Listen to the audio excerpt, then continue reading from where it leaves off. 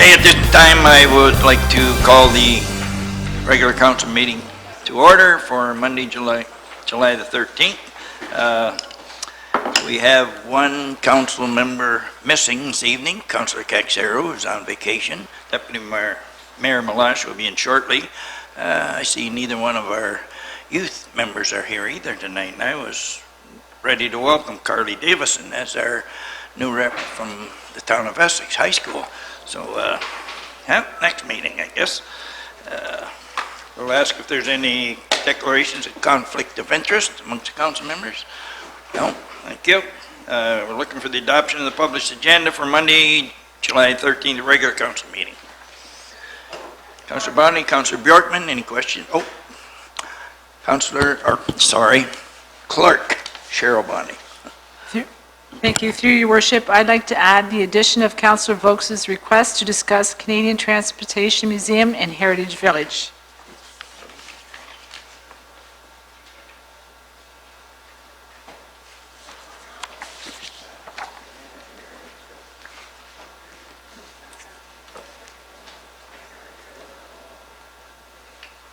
Any Councillor Vokes?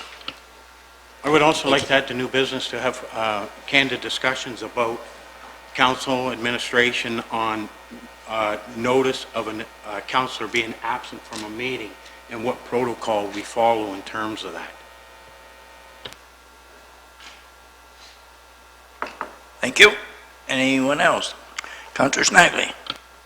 Through your worship, I'd like to bring up the issue along with the fourth concession speed limit reduction, and I want to bring up the issue of the bridge at the intersection of the 4th and McCormick Side Road. And I have a neighbor here, if council would give him permission, would like to speak on the issue.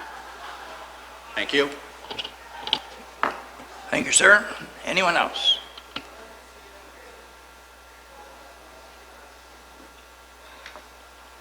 Okay, thank you very much.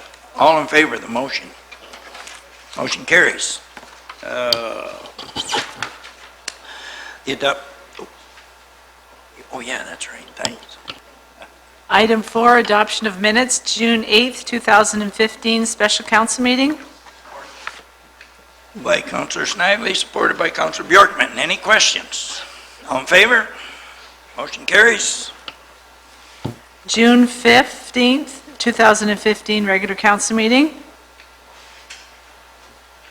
Moved by Councillor Bondi, supported by Councillor Bjorkman. With a question, Councillor Bondi. Yes, please. Just to administration, is there an update regarding the meeting that we're going to have with the park members in Harrow High School? Are we looking at something possibly in late July, early August? Just because the board decision is coming in October and I don't want to be blindsided.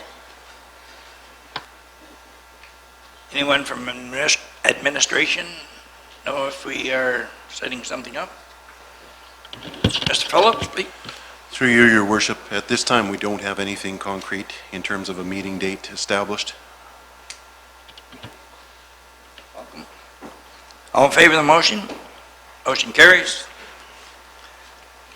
Item C, June 15th, 2015, special council meeting for the presentation of 2014 audited financial statements. Moved by Councillor Vokes, supported by Deputy Mayor Malash. Any questions? All in favor? Motion carries. Item D, June 15th, 2015, quarter revision for the Beneteau Drain Bridge for Beth Rushlow. Deputy Mayor Malash, Councillor Snively. Any questions? All in favor? Motion carries. Item E, June 15th, 2015, quarter revision for the Beneteau Drain new maintenance schedule of assessment. Moved by Councillor Bunning, seconded by Councillor Vokes. Any questions? All in favor? Motion carries. Item F, June 15th, 2015, quarter revision for the South Town Line Drain Bridge for Anthony Area. Moved by Councillor Bundy, supported by Councillor Bjorkman. Any questions? All in favor? Motion carries. Item G, June 22nd, 2015, special council meeting. Moved by Councillor Vogt, supported by Councillor Snively. Any questions? All in favor? Motion carries. Item H, June 29th, 2015, special council meeting held under the Development Charges Act. Moved by Deputy Mayor Malash, supported by Councillor Bondi. Any questions? All in favor? Motion carries. Item 5A, public presentations. Taras Natashak, MPP, Essex Memorial Spitfire Committee, presentations by the MPP, Mayor McDermott, and Councillor Vokes. If I could call upon the rest to join me in front, please. And Mayor McDermott. You have the other ones too. Yeah, right there. These are the ones, yep. Got 'em right there.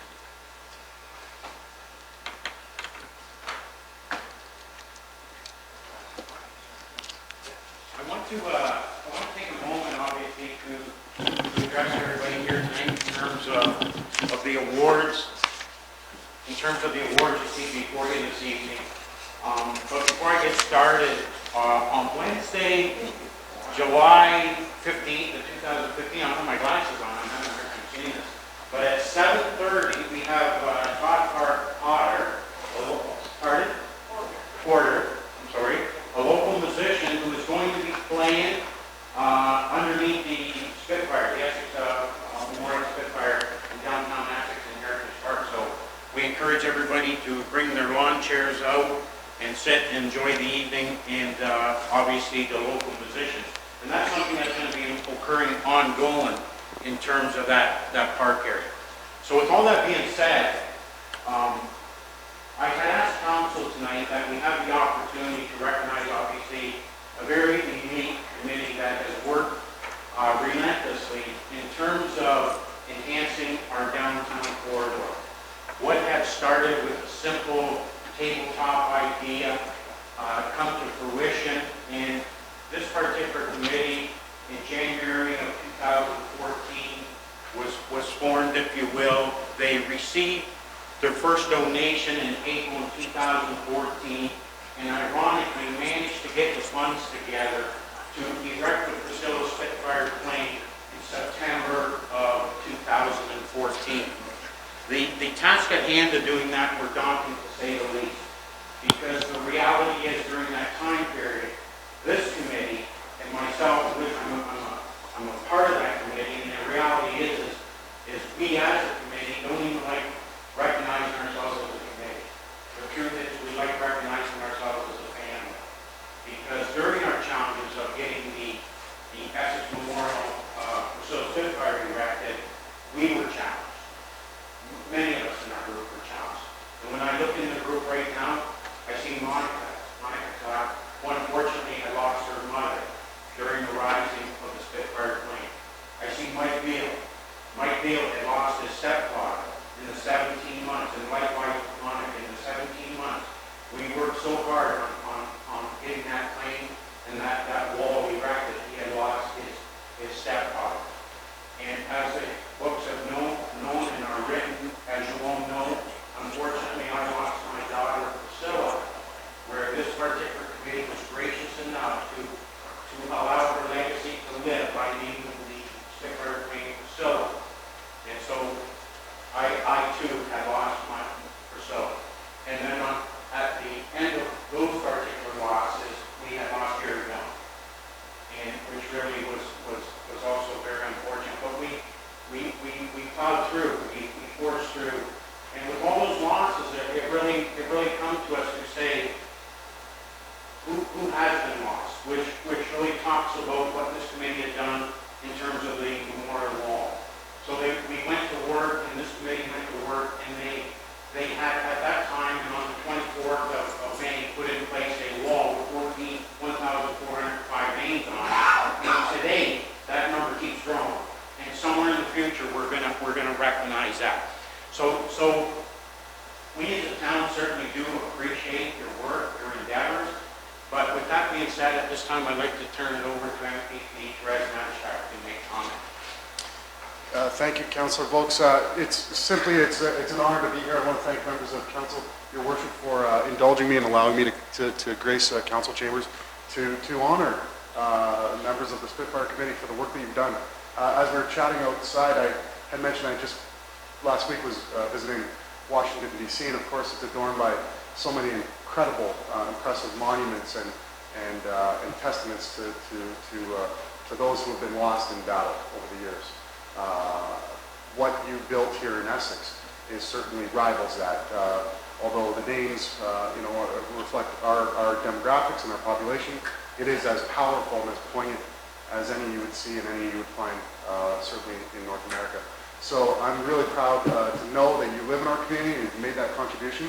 And again, it's an honor for me to stand here today just to recognize the work that you've done. We know that you're not in it to be recognized. That's why it means so much more to us to be able to do that for you and with you. So I've got a bunch of certificates here, and I'll read them, but I'll hand it back to Randy. I'm sure we'll... Thank you, Trey. Go ahead.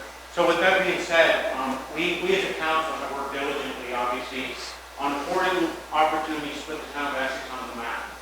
And I'm not going to say we failed to do that, but we still work diligently, we still push the envelope on trying to invent ways to do that.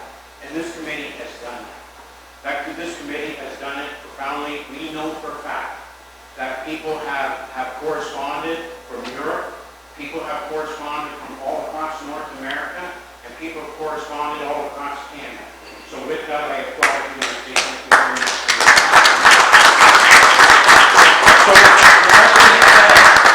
So with that being said, I will take the opportunity to call you up one at a time, if you will, and I will start with Karen Belling, but I see tonight that obviously Karen's not here this evening, who was obviously the wife of Jerry Belling.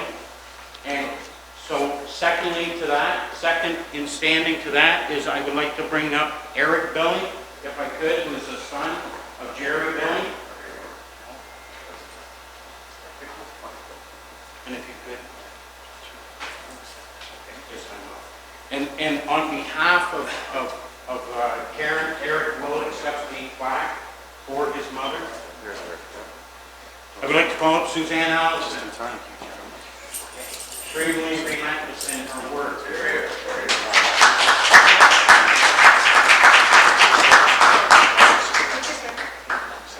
Yes, okay.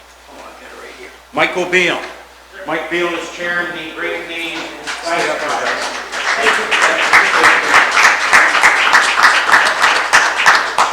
That is where it will become fruition at the base of Lead Avenue and down to the river. So congratulations. Robert Bob Swanley. One of the biggest claims to story in all of Canada.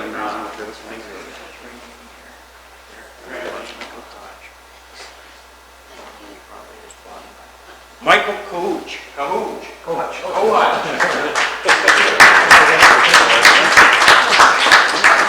don't want to squeeze his hand from Art, but Mike's a known musician.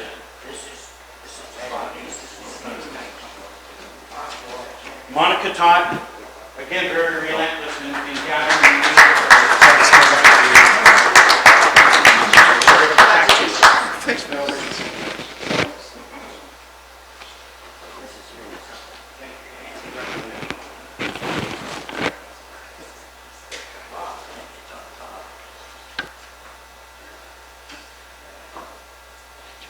Todd Porter.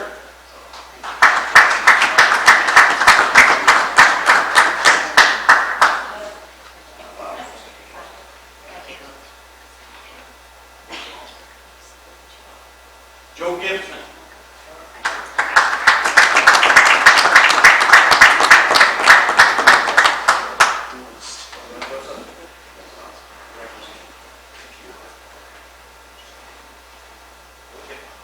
And Bill Riley.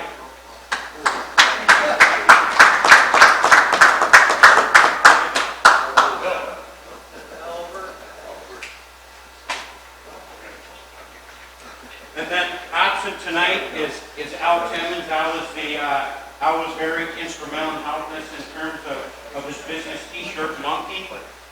And then also absent tonight is Jerry Schenkel, the ex-mayor of the town of Essex, who was very, very instrumental in having the plane and the wall come to fruition. I just what it says on the plaques. It's captioned at the top, Essex. It says, "The town of Essex recognizes Essex Memorial Spitfire Committee member," and then their name, "for your success in honoring Jerry Billing, RCAF veterans, Priscilla Volk/Campbell, and the community enhancement. Let it be known we are forever grateful."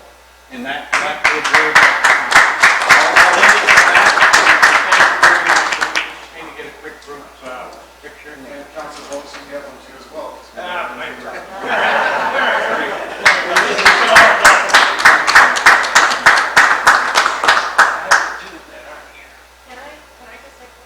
Absolutely. So, couple, really short. On behalf of the whole committee, I know we have a little bit of an audience here today, and I really want to accentuate the fact that we need to thank everyone else.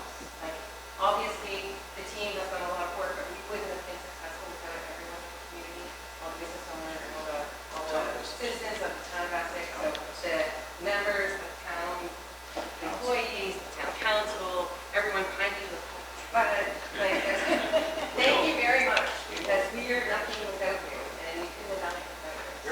Thank you very much. Tell you, these ladies what to do, but all the tall people in the back, sorry about that. We don't be like this. Would you like to say something a little bit? Yeah. That's for sure.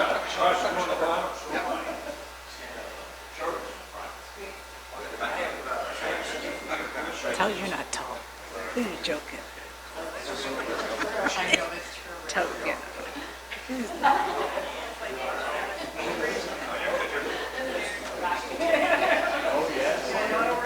Now, Sam, you can get a couple of you guys over on this side. All right.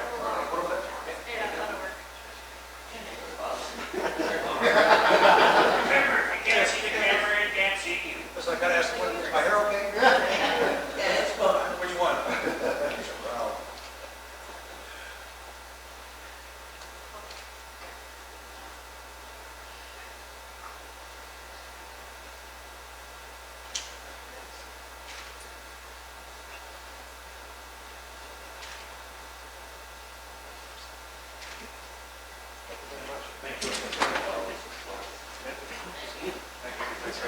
Thank you.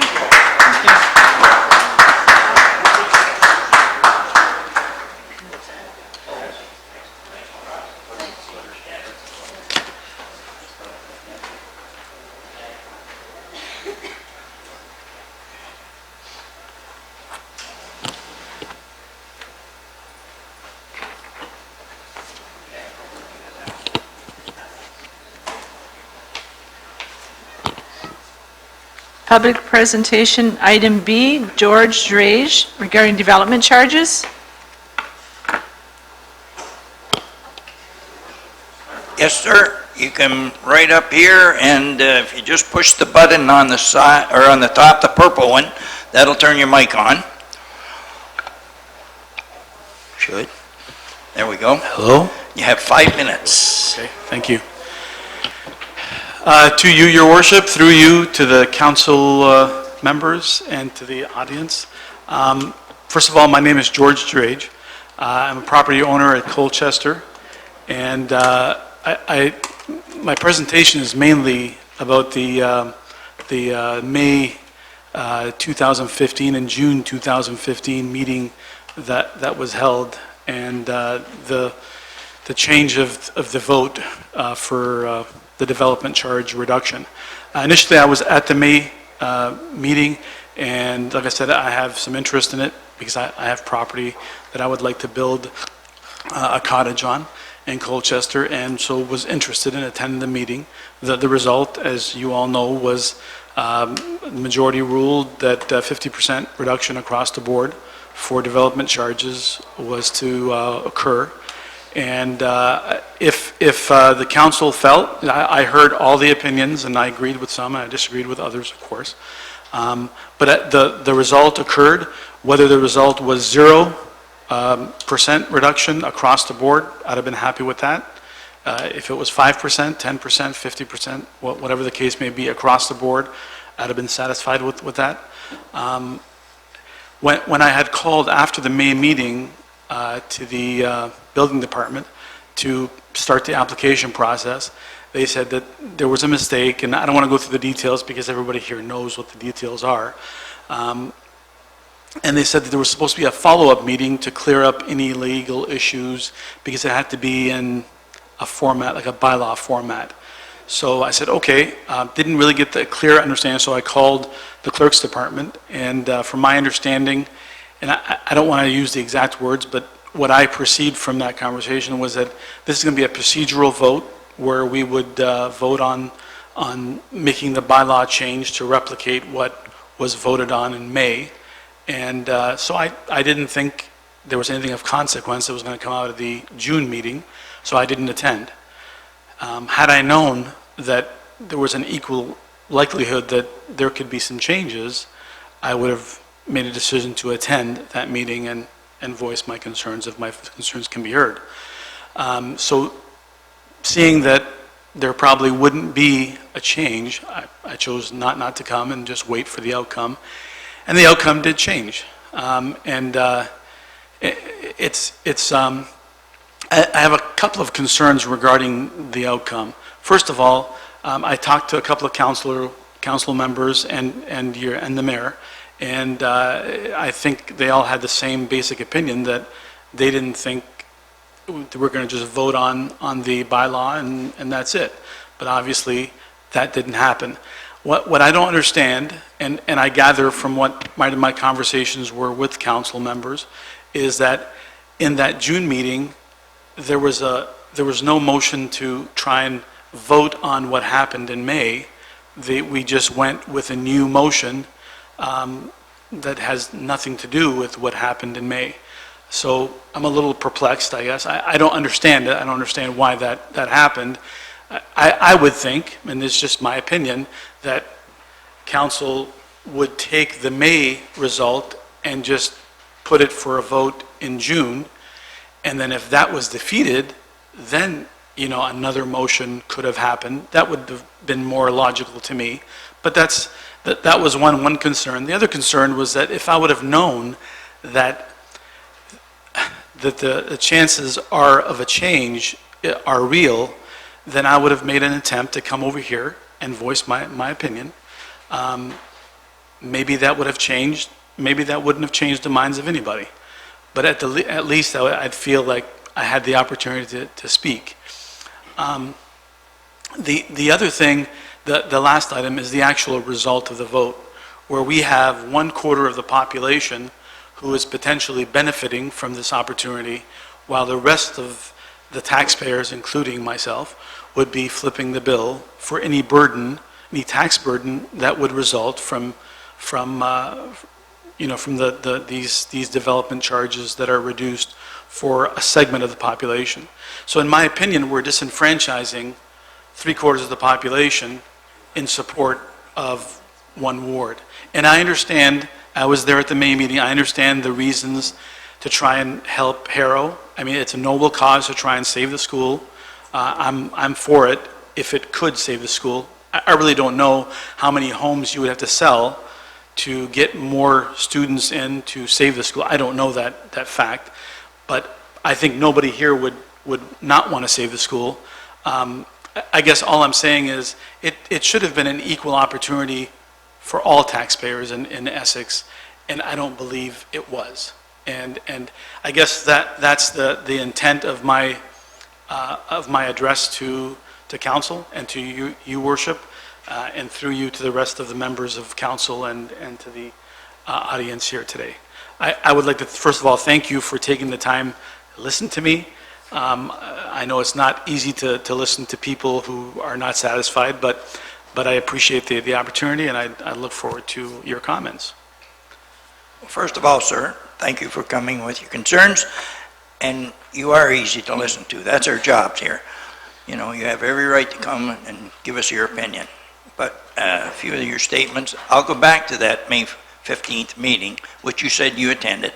I think pretty well everyone had talked to the issue with regards to development fees being cut in half, except I think 2 of us. And then And if you will recall, pretty well everyone was set to allow this to happen in Hero Center, every one of them. That's what they were talking about. And then one of the council members says, well, why don't we do it for the whole municipality? And then the subject broadened, and they decided to do it. Now, that happened on the 15th, but as you are aware of, that really didn't happen. It happened, but it didn't happen because we didn't do it properly. So now we need a bylaw to change a bylaw, not a motion. It had to be a bylaw. So now there's meetings. There has to be that public meeting that was called. Right. People like yourself could come and give us your thoughts on what we were going to do or did do, whatever. Someone could have made a motion that everything stayed the same as the motion on the 15th of May at the June meeting. Someone made the motion that we just do it for Hero Center. There was a seconder, discussion, and voted on. I was kind of surprised that it went that way, and I had switched my vote from the way I presently thought until that meeting, something the deputy mayor especially said, that made me change my mind and say, because I was against dropping the fees for any part of the municipality. But what he said made sense to me, so I agreed to that. Now, had that been defeated, I am sure someone else would have made another motion. But it carried, so the motion that you were hoping would get back on the floor with regards to the whole municipality, that didn't happen. And that's the reason that it didn't happen, because the first motion passed. So, and I'm sorry, it doesn't help you out any, but... No, and again, I'm not looking at it just from a personal perspective, Your Worship. I'm sorry, I don't know if it's okay if I speak. Yeah, that's okay, yes, sir. But what I was saying is that I was perfectly content if it was across the board 0, or across the board 5%, or across the board 50. It doesn't matter.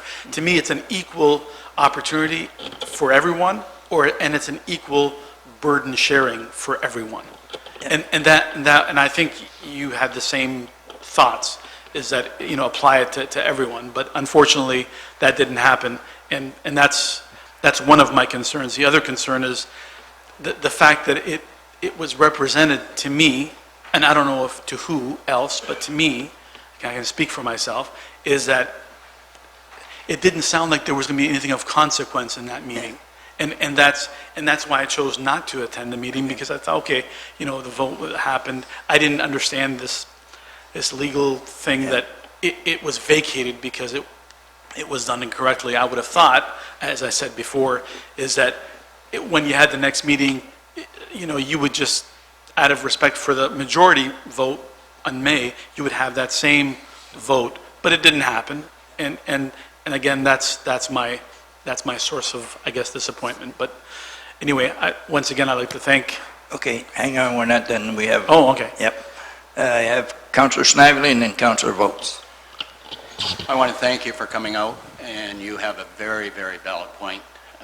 I did vote in favor of dropping development charges all the way across the board. When the week that the bylaw was supposed to be passed, there was a motion made by Deputy Mayor Malash to do it in the town of Harrow only. So I looked at that, and the vote started on the other side, and I could see where the vote was going. We're already defeated to go across the board. And for the mayor to sit there, okay, and say the mayor should come out and say he did vacate his seat, and he sat out in the audience, and he attacked us. You attacked us, Mayor McDermott. You literally did. You're right. Okay, you attacked us for even considering dropping development charges. And you're sitting here talking to that gentleman like that?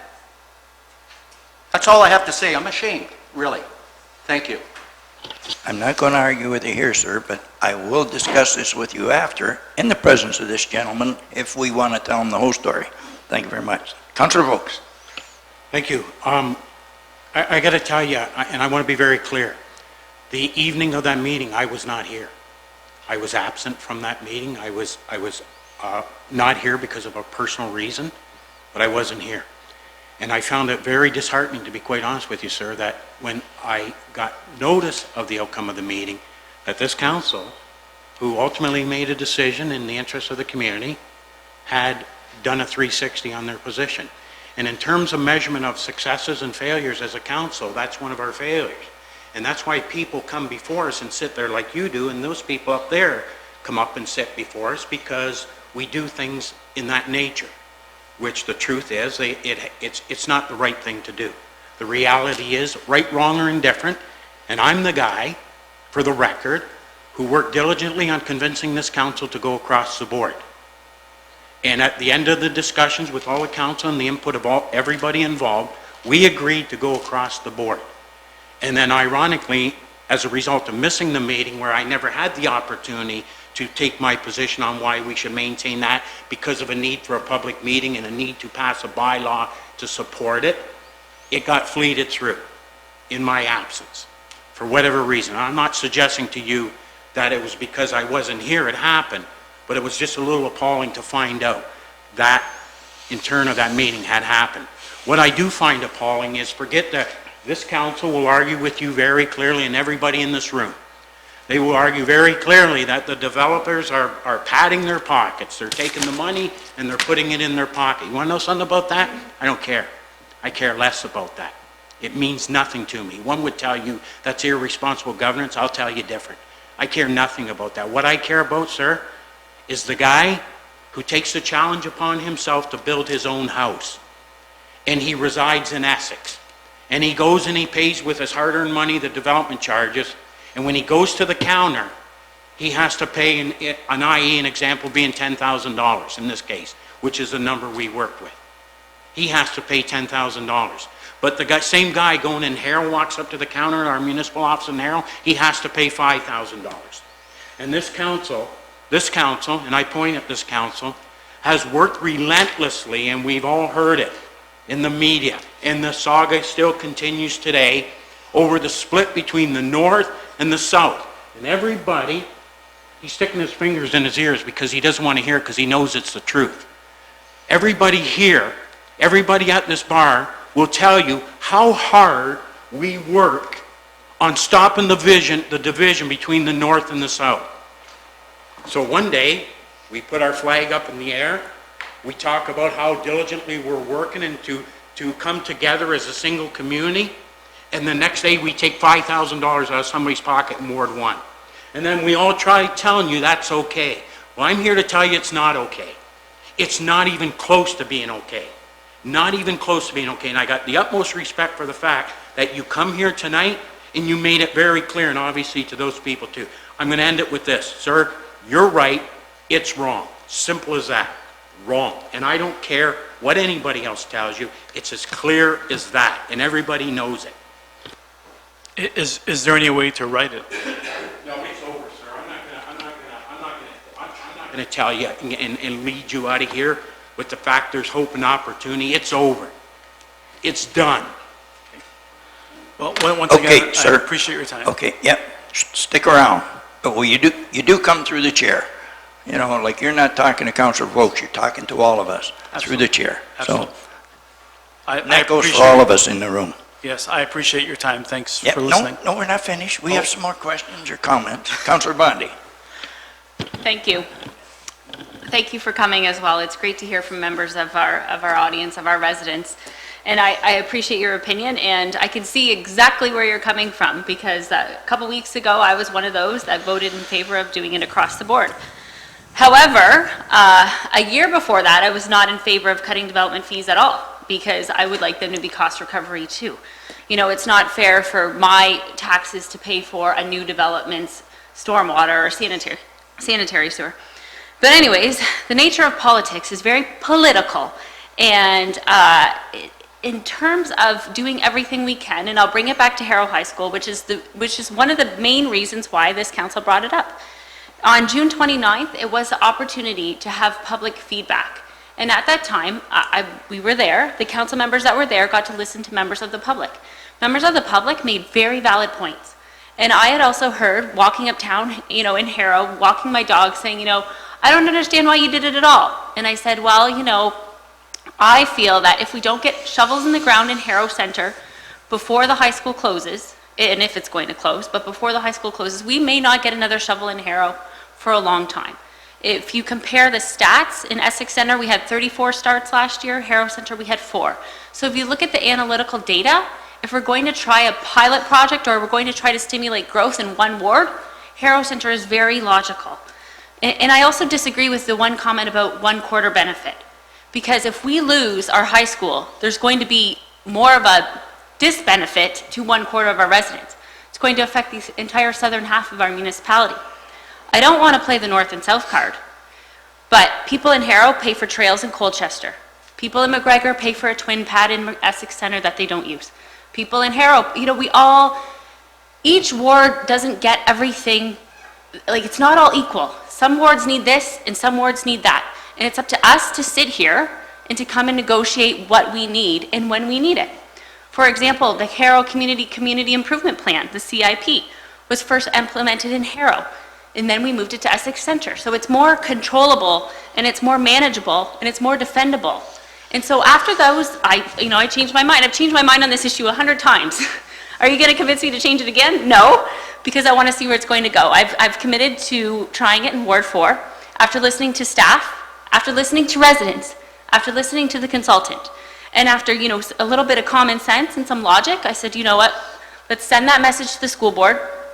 Let's see if we can get some new starts in Harrow. And if it works, fantastic. And if we can afford it, another thing is affordability. We don't know what this is going to do. We don't even know how to really fund it. So if we start it in a target area, we can see where it goes.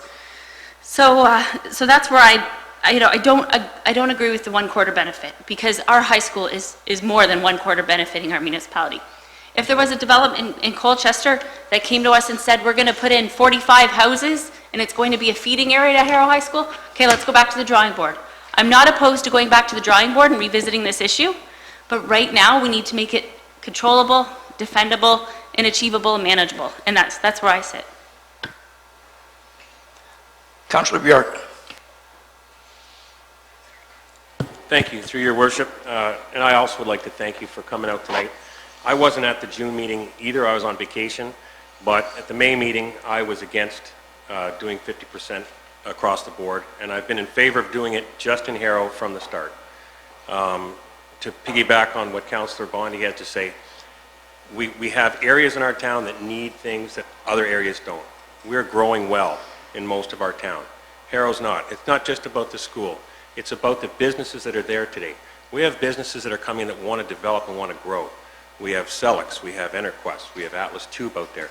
They want someplace where their families can live in their community and have a school to go to and have amenities that'll keep families there. Us having more development there is just that much more incentive for those people to come into our town, grow their businesses, and have somewhere for their employees to live and work and enjoy. And that, to me, is why we went after this in a particular area, because that area needs that help. And we do that in almost every facet of our business here. And this is a business. We're running a business, and some of our little corporations need help in different ways than others do. And that's why I was in favor to the start, and I'm still in favor today. Sir, Deputy Mayor Malash. Thank you, through your worship. I too was someone that did not believe that we should be handing money back, development charges. We had a study done last year. Every community across Ontario charges development charges, every municipality. There are a few that decide that for whatever reason, and all for good reasons when they do it, but they'll drop their development charges. We're not in a position where we need to develop, where we need to drop our development charges. We have development that's happening. What happens when you drop your development charges is that money that you're going to collect, let's say it's $10,000 per home, goes on the backs of all taxpayers. It's money that you're collecting for future expenses because of the new homes that you're bringing into the community. It's not fair to burden the current taxpayers with all of those costs. So what we've done is we've targeted Harrow, and I piggyback on what Councillor Bondi and what Councillor Bjorkman have suggested, is that we're targeting Harrow specifically as a pilot project to see what happens there. 4 starts last year and 4 starts the year before. Their track record's not that great at this point in time. And we'd like to see if there's something that we can do to spark some interest in the Harrow area. There's more reasons than just the high school. There's their sanitation system as well. Many years ago, even before any of us were on council, Council of the Day decided that they wanted to expand their lagoon system in Harrow, and it was based on a certain projection of new house starts each year, and they haven't been happening. So now what's happening is the burden of that debt not being paid off from those new homes, it's causing the sewage rate to rise there artificially because of this. So if we can get new homes there, it'll take care of that problem as well. So based on everything that's been said, it's done the way it's been done. We would have had to, once you hire a consultant to do development charges, and you commit to saying you're going to pull those monies into reserves for future expenses, you have to find the money somewhere else within your budget to pay for those development charges and been put away in a reserve. If we had done it across the entire community, it would have been well over $500,000 for every housing start that we would have this year. We'd have to find $500,000 somewhere else and say that we're going to put it against these reserves. We were going to take it out of another reserve to cover that off in the first year. But the second year it would have had to go on, like it would have had to been like a 4 or 5, maybe even a 6% tax increase to all the other residents of the town to cover off that reserve that we should be putting away. So I'm not in favor of giving away development charges. There was an appetite for doing an experiment with Harrow to see if we could spark something in Harrow, and that's the reason why I was in favor of just doing it in Harrow. Thank you, Mr. Mayor. Thank you, sir. I have a couple more comments, and George, you'll end it, okay? So you can say whatever you want to each and every one of us, okay? Just with regards to, well, Deputy Mayor Malash said a lot what I was going to say, because you heard some comments here from one of the council members with regards to why we're doing this, why, but he didn't tell anyone why we shouldn't be doing it. Deputy Mayor just did, you know, to the tune of $500,000. That lady up, Councillor Vokes, Councillor Vokes, please. I have the floor. Councillor Vokes, please. Councillor Vokes, please. I have the floor, please. Okay, accurately, in the report, it said as low as $200,000, depending on how many homes were going to be built in the next, I don't know, a year, 18 months. It could go up to $600,000. Now, those are taxpayers' dollars, like Deputy Mayor said, that have to come from someplace. You're saving it.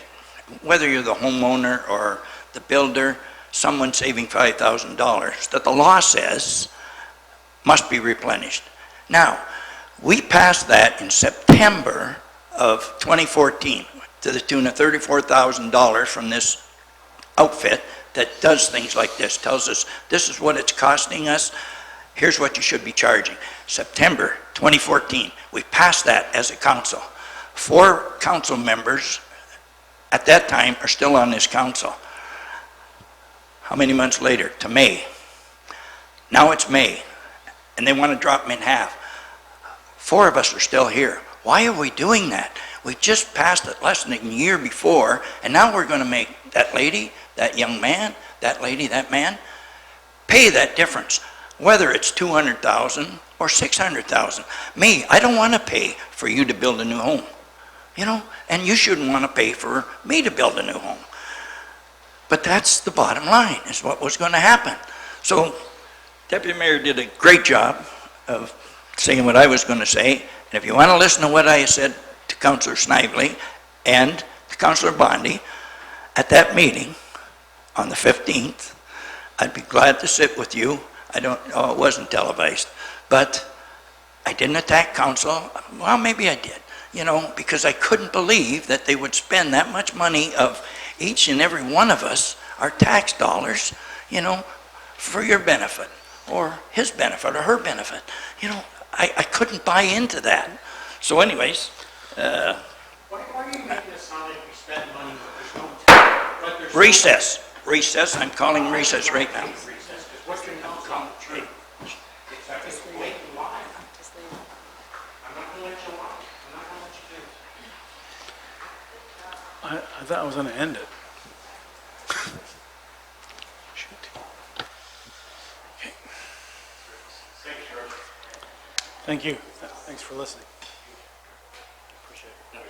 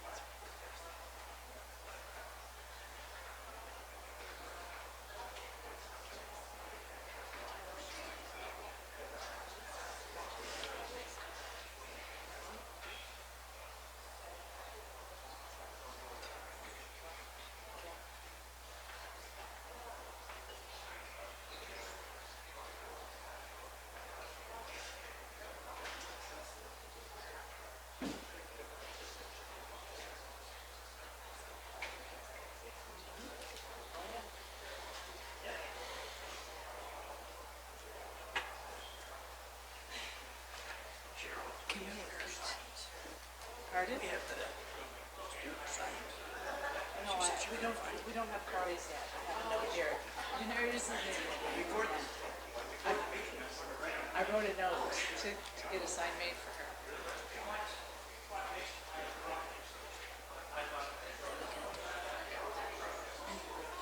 He wants out of here, let him out of here.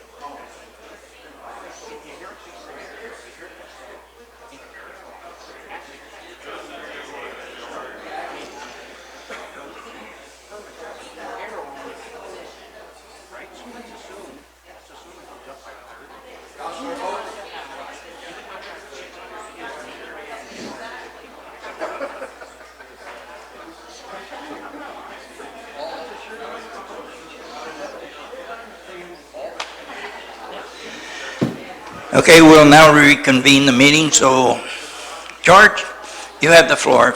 Any questions or comments you want to make final? Okay. Thank you once again. Before I make closing comments, I just, again, want to thank you for listening, to you, through you, your worship, and to the council members and the audience present. My only points were just two simple ones. Like I said, in the May meeting, if we would have voted to give nobody across the board 0, I'd have been content with that. If we would have voted 5% across the board, I'd have been content with that. So either nothing or 100, I'd have been content, because we give everybody the equal opportunity and we share the burden. Because I know from the May meeting, it was reported by the administration that there would be some burden, some tax burden, because of any reduction that was given, it would have to go back ultimately to the taxpayer. And so no one wants to pay for somebody else building a house. But at the same time, the essence of that one point was, why should then 3/4 of the population, or whatever the case may be, pay for one portion of the population to benefit? That was my simple point on that point. The other thing was, I wasn't very pleased on how it was represented for the June meeting. I thought that it was a procedural vote.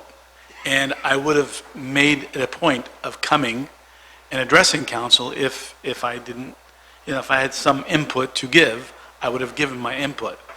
Those are my 2 points. And I wanted to close by making those 2 points once again.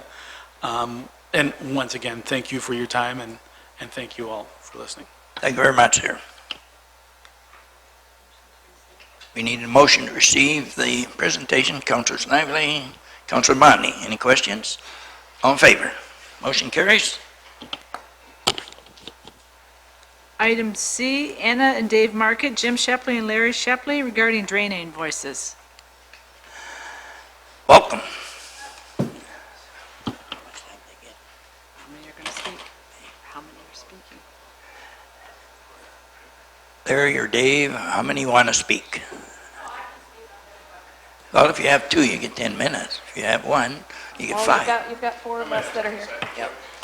Couple of you as well? Sure. Okay, thanks. Okay, so your worship, my name is Anna Marquette, and I'm representing some of the gentlemen that we have here regarding drainage bills that we've received recently within the last few months. So to this council, I have a question on this. This project was done about 1.5 years ago. We as taxpayers paid the bill, respectively shared amongst whatever portion we all shared. And we recently just got another bill for more work or similar work or work that wasn't completed for the same area, with just a 1-page sheet that said, here is your bill. If you do not pay it, it'll be added to your taxes. Where the first time, it was very detailed, understood what was done, why it was asked to be cleaned. We had no issues with it. The bills were paid. My question to this council is, why are we receiving a second bill for the same work without any detail or explanation? And I'm sure Jim has, if you hit the purple button. How do we proceed? You want to answer her question? Jim has further concerns because the work wasn't done. You make your presentation and then we all... Jim's concern as well is the work was not done properly. So whoever was contracted the first time, Jim can give you more details. I'm not a ditch expert, nor would I know the difference on.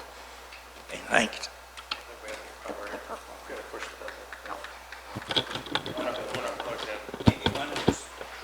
One on the side, okay. Is there one on the side? There's one on the side, you push it in. There we go. Your Worship, I'd like to thank everyone, first of all, for taking the time. As some of you are aware, the drain was ordered or suggested to be ordered to clean. The drainage inspector, I was present through the majority of the job, and I'm here to tell you that the drainage inspector was not, because I raised several issues with the contractor, and they made corrections along the way, but when I did have the time, or was afforded the time to meet with Danny on the issue at hand, he told me a number of different things that they were to do that were part of the initial portion of the tender, from what I understand. Several of those things were not done, and actually some of them are still not done. Others I've paid for out of my pocket to do, and I'd like to ask how that's allowed to happen. And before you answer, it's been brought to my attention that the original contractor didn't finish, and where I find fault is that I was told that the original contractor issued a credit back to the town. I'd like to know who authorized all the funds to be paid, knowing that the job wasn't finished right in the first place. how do you pay somebody in full, obviously, if you were ordered a credit back, right? How do you pay somebody in full for not completing the work in the first place? I mean, it was terrible, the workmanship. We don't have to talk about that. I think everybody's aware of that. But the other issue I have is how the process takes place. I was told by the drainage inspector that I had to take the dirt, right? I'd like to ask council why it is that I didn't get a portion of the grant on my taxes. I know that my neighbors got a portion of the grant, and I know that where they went down my father's, they got a portion of the grant, but I had no portion of the grant on the bill.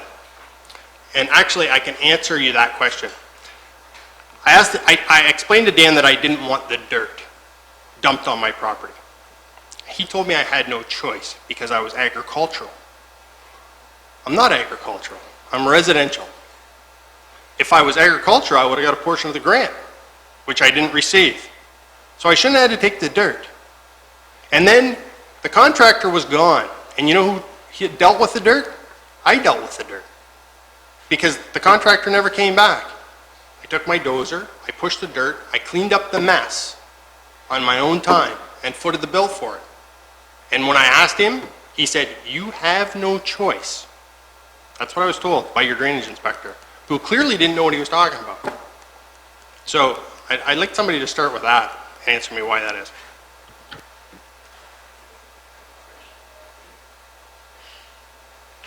I think we need to go to Mr. Nepsing in the absence of Mr. Boudreau. So, Chris, if you could. Yeah, sure. Through your worship, I guess it's difficult moving forward. I mean, I know Jim was coming to council, but the form itself is not very clear as to what he was looking to get, what information he was obtained. I know the finance department had contacted Dave this week to try and get some more clarification on which drains and which bills. So my suggestion to this council, which was my suggestion, I talked to Mr. Shepley in the back for an hour, I think we spent in the front, probably about an hour, to have a more beneficial discussion and have all this material, now that I know what you're looking for exactly, and have a meeting with you guys and sit down and go through these drains and the bills and the invoices that we had asked for, Dave, and to get through this.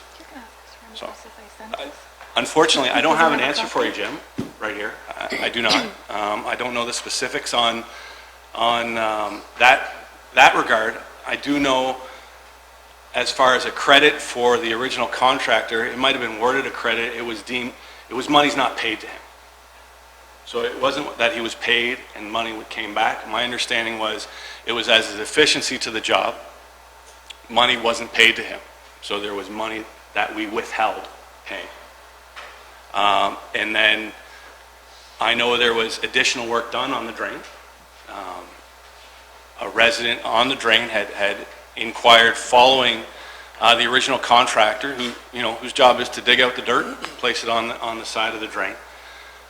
When that field was to be worked, according to Mr. Shepley, it couldn't be worked. There was a lot of debris in the material spoils that was there. An additional contractor was called back to clean that up. Typically, the guys that are digging the ditch out aren't sifting through looking for garbage. They're digging it out and they're placing and they're moving on.